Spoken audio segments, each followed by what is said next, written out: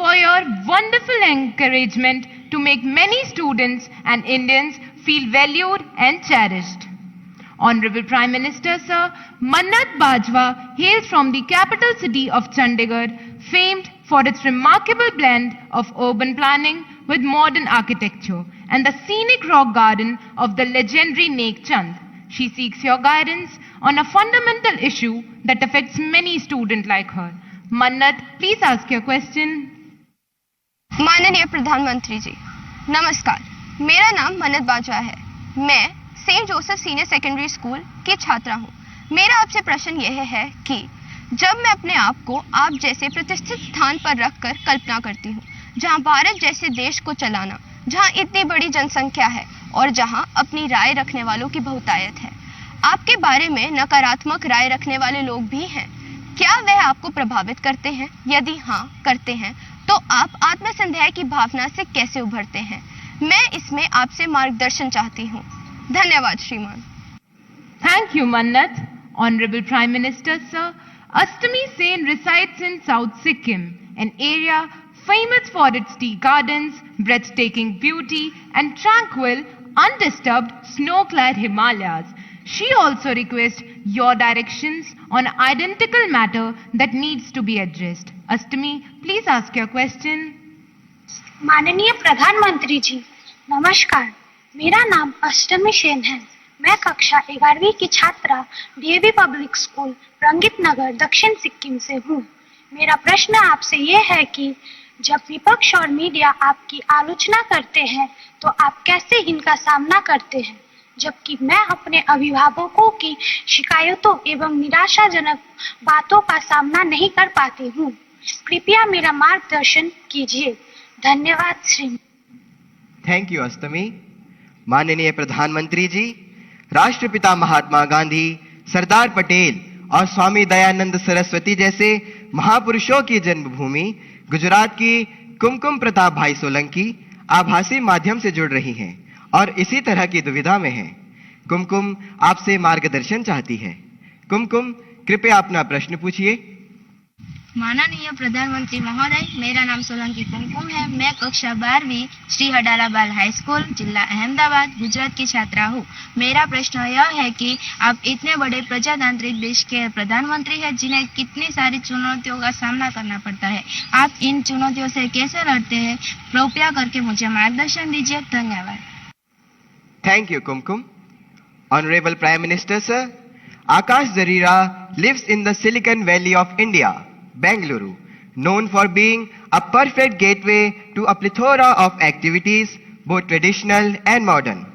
Through his question, he seeks your advice on a somewhat similar matter that has been concerning him for a while. Akash, please ask your question. नमस्ते मोदी जी, मैं आकाश दरीरा 12वीं कक्षा Whitefield global school Bangalore से। मेरा आपसे यह प्रश्न है कि मेरी नानी जी कविता ए माखीजा मुझे हमेशा सलाह देती है आपसे सीखने के लिए कि आप कैसे विपक्ष के लगाए हुए हर आरोप, हर आलोचना को टॉनिक और अवसर के रूप में देखते हैं। आप ऐसे कैसे करते हैं मोदी जी? कृपया हम युवाओं को भी प्रेरणा दें ताकि हम जीवन के हर परीक्षा में सफल हो। धन्यवाद। थैंक यू आकाश। माननीय प्रधानमंत्री जी, आपका जीवन करोड़ों युवाओं का प्रेरक रहा है। मन्नत, अष्टमी, कुमकुम और आकाश जीवन में आने वाली चुनौतियों में कैसे सकारात्मक रहकर सफलता प्राप्त करें, इस विषय पर आपका अनुभव जानना चाहते हैं। कृपया मार्गदर्शन करें। माननीय प्रधानमंत्री जी। आप लोग एग्जाम देते हैं और घर आकर के जब परिवार के साथ या दोस्तों के साथ बैठते हैं, कभी टीचर से निकट नाता है तो उनसे बैठते हैं और कोई सवाल का जवाब ठीक नहीं आया तो आपका पहला रिएक्शन होता है ये आउट ऑफ सिलेबस था। यही होता है ना? तो ये भी आउट ऑफ सिलेबस है। लेकिन मैं अंदाज कर सकता हूं कि आप क्या कहना चाहते हैं। अगर आपने मुझे न जोड़ा होता तो शायद आप अपनी बात को और ढंग से कहना चाहते होंगे, लेकिन शायद आपको मालूम है कि आपके परिवार वाले भी सुन रहे हैं, तो ऐसा खुल करके बोलने में खतरा है। इसलिए बड़ी चतुराई से आपने मुझे अंदर लपेट लिया है। देखिए, जहां तक मेरा सवाल है, मेरा एक कन्विक्शन है और मेरे लिए ये आर्टिकल ऑफ फेथ है। मैं सिद्धांततः मानता हूं कि समृद्ध लोकतंत्र के लिए आलोचना एक शुद्धि यज्ञ है।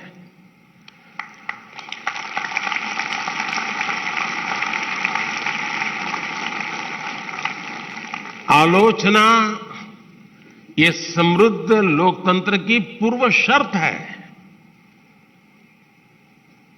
और इसलिए आपने देखा होगा टेक्नोलॉजी में ओपन सोर्स टेक्नोलॉजी होती है, मालूम है ना?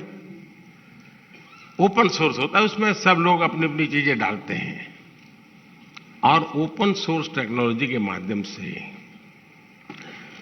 ये अलाउ किया जाता है कि देखिए भी हमने किया है, हम यहां जाकर के अटके हैं, हो सकता है कुछ कमियां होगी, तो लोग उसके अंदर अपने अपने टेक्नोलॉजी को इंसर्ट करते हैं और काफी लोगों के प्रयास से वो एकदम से समृद्ध एक सॉफ्टवेयर बन जाता है। ये ओपन सोर्स आजकल बहुत ही ताकतवर एक इंस्ट्रूमेंट माना जाता है। उसी प्रकार से कुछ कंपनियां अपनी प्रोडक्ट को मार्केट में रखती हैं और चैलेंज करती है कि उसमें जो कमियां हैं वो दिखाएगा, उसको हम इनाम देंगे। बाउंड सिस्टम की व्यवस्था खड़ी हुई है। इसका मतलब ये हुआ कि हर कोई चाहता है कि कमियां जो हो उससे मुक्ति का रास्ता कोई इंगित करे तो होगा ना। लेकिन कभी कभी क्या होता है, आलोचना करने वाला कौन है उस पर सारा मामला सेट हो जाता है। जैसे मान लीजिए आप यहां स्कूल के अंदर फैंसी ड्रेस कंपटीशन है और आपने बड़े चाव से बढ़िया फैंसी ड्रेस पहन करके गए और आपका प्रिय दोस्त है, एकदम प्रिय दोस्त, जिसकी बात आपको हमेशा अच्छी लगती है, वो कहेगा यार तुमने ऐसा क्या पहना, ये अच्छा नहीं लग रहा है। तो आपका एक रिएक्शन होगा। और एक स्टूडेंट है जो आपको थोड़ा कम पसंद है, नेगेटिव वाइब्रेशंस हमेशा आते हैं उसको देखते ही, आपको उसके बातें बिल्कुल पसंद नहीं है। वो कहेगा देखो ये क्या पहन के आया है, कैसे पहनते हैं क्या। तो आपका एक दूसरा रिएक्शन होगा। क्यों? जो अपना है वो कहता है तो आप उसको पॉजिटिव लेते हैं उस आलोचना को, लेकिन जो आपको पसंद नहीं है वो वही कह रहा है, लेकिन आपको गुस्सा आता है। तू कौन होता है, मेरी मर्जी, ऐसा ही होता है ना। उसी प्रकार से आप आलोचना करने वाले आदतन करते रहते हैं तो उनको एक बक्से में डाल दीजिए, दिमाग खपाइए मत ज्यादा, क्योंकि उनका इरादा कुछ और है। अब घर में आलोचना होती है क्या? मैं समझता हूं कुछ गलती हो रही है। घर में आलोचना नहीं होती है, यह दुर्भाग्य का विषय है।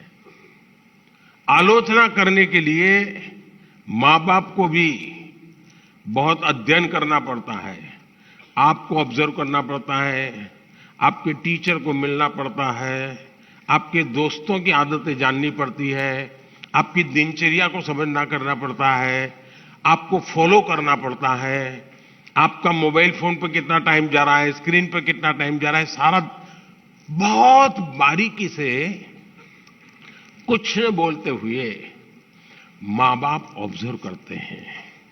फिर कभी आप किस अच्छे मूड में होते हैं वो देखते हैं, और जब अच्छे मूड में होते हैं, अकेले होते हैं, तब प्यार से वो कहते हैं, अरे यार देख बेटे, तुझ में इतनी क्षमता है, इतना सामर्थ्य है, देख तेरी शक्ति यहां क्यों जा रही है।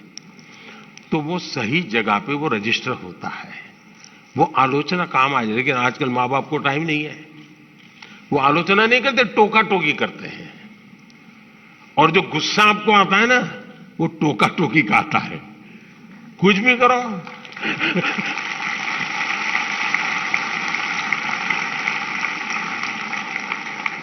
खाने पे बैठे हैं, कुछ भी कहेंगे, ये खाया तो भी कहेंगे, नहीं खाया तो भी कहेंगे। यही होता है ना। देखिए अब आपके माता पिताजी आपको पकड़ेंगे घर जाके क्या है। टोका टोकी जो है वो आलोचना नहीं है। अब मां बाप से मैं आग्रह करूंगा कि कृपा करके आप अपने बच्चों की भलाई के लिए ये टोका टोकी के चक्कर से बाहर निकलिए। उससे आप बच्चों की जिंदगी को मोल्ड नहीं कर सकते हैं। ऊपर से इतना मन से कुछ उस दिन अच्छे मूड में है, कुछ अच्छा करने के मूड में है, और आपने सुबह ही कुछ कह दिया, देख दूध ठंडा हो गया, तू दूध पीता नहीं है, शुरू कर दिया तो ऐसा ही है, फलाना देख कैसा करता है, तुरंत सुबह अपनी मां कहती है ऐसे दूध पी लेता है, फिर उसका दिमाग फटकता है, वो दिन भर का उसका काम है, बर्बाद हो जाता है। और इसलिए अब आप देखिए, हम लोग पार्लियामेंट में, कभी आप लोग पार्लियामेंट का डिबेट देखते होंगे, पार्लियामेंट का जो टीवी है, कुछ लोग बहुत ही अच्छी तैयारी करके आते हैं पार्लियामेंट में अपनी स्पीच देने के लिए। लेकिन स्वभाव से जो सामने विपक्ष के लोग होते हैं ना, वो आपकी साइकोलॉजी जानते हैं, तो कुछ में ऐसे ही कोई टिप्पणी कर देते बैठे बैठे, और उसको मालूम है कि टिप्पणी ऐसी है कि वो रिएक्ट करेगा ही करेगा। तो हमारा एमपी होता है, उसको लगता है अब इंपॉर्टेंट इसकी टिप्पणी है, इसलिए जो तैयारी करके आया है वो छूट जाती है और वो उसी की टिप्पणी को जवाब देता रहता है।